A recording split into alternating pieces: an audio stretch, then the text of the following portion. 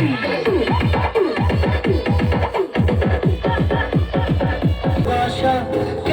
এত অসহায়।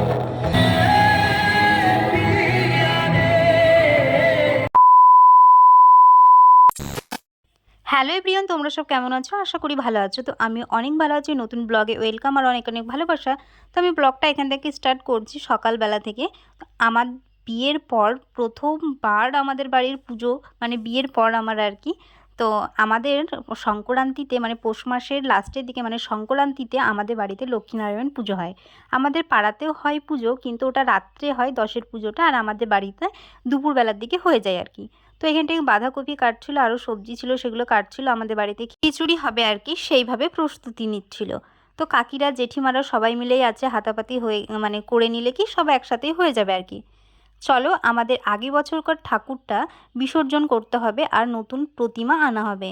আগেকার আমাদের পুরানো ঠাকুরটা বিসর্জন মানে দিবে, তো আগে নতুন ঠাকুরের মুখটা দেখবে, তারপরে ওই ঠাকুরটা বিসর্জন করতে হবে। তো সেইভাবে বললাম না, আমি স্নান করতে চলে গেছি, সেই টাইমে ঠাকুরটা বের করেছে। আমি তাড়াহুড়া করে বেরিয়ে দেখি ঠাকুরটা ওরা নিয়ে চলে যাচ্ছে পুকুরের দিকে।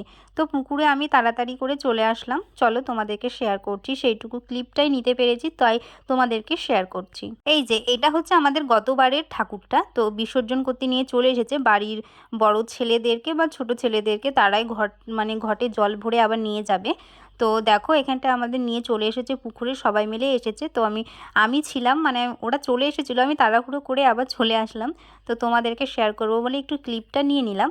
দেখো এখানটা সবাই মিলে আছে। তো বিসর্জন করে চলে আসার পরে আমি বাটাটা সাজিয়ে নিয়েছি, ঠাকুর ঘরে দিয়ে আসবো। আমার বিয়ের পর প্রথম পুজো, মানে আমাদের বাড়িতে আর কি।